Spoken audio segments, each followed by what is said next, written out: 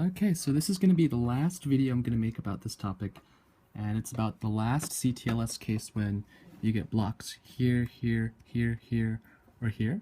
It's the clockwise type of block, where last time, or last two videos I showed you where they were here, here, here, and here.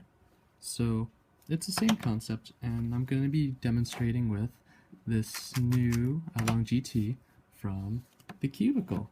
And I buy all my cubes from the Cubicle.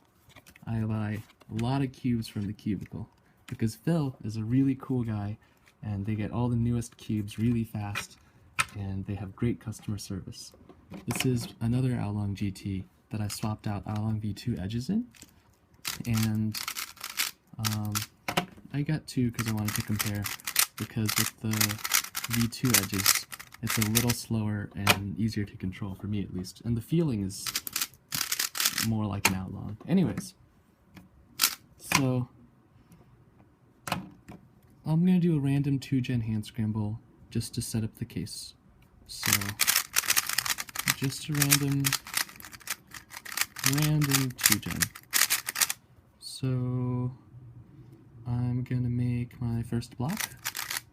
So I made my block, and then I want a 1x1x2, and I don't feel like thinking, so I'm just gonna do random moves until I get one. And well, there I got one.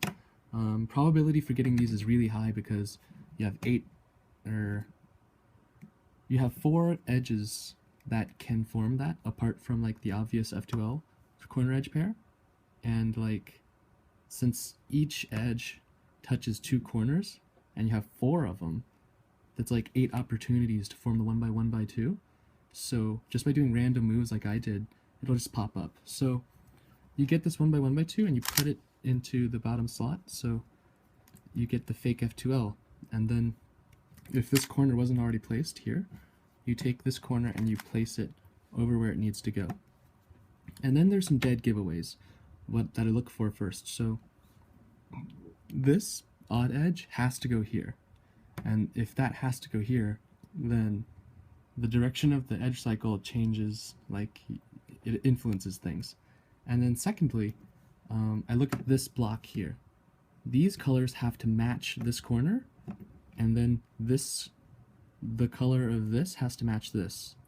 But that's just an extra precaution. You just have to make sure that this 2x2x2, 2x2x1, excuse me, has to be correct. So I know orange has to go here, white has to go here, and since this goes here, I know that it's going to be an H-perm. Yeah, without even looking at this edge, I knew that this was here, because if this is yellow and this is odd, this has to be white. Because when corners are in the right place, edges have to move in a specific way. But everyone knows that. So I know that this is probably a T case, U case, with an H-perm. And unlike the other one, this one actually doesn't resemble the correct case, because what you're trying to do is to get this to set up into this. And like I said, this 1x2x2 block, it's all properly correct, and that's the goal for this. So I'm going to set up the case on here just for illustration and just so I can follow through. So this is pretty much what I have to do, and that was bad execution, but if I apply that to this, hopefully it will... Actually, no, that's the T case. I'm pretty sure. Yeah, this is the T case.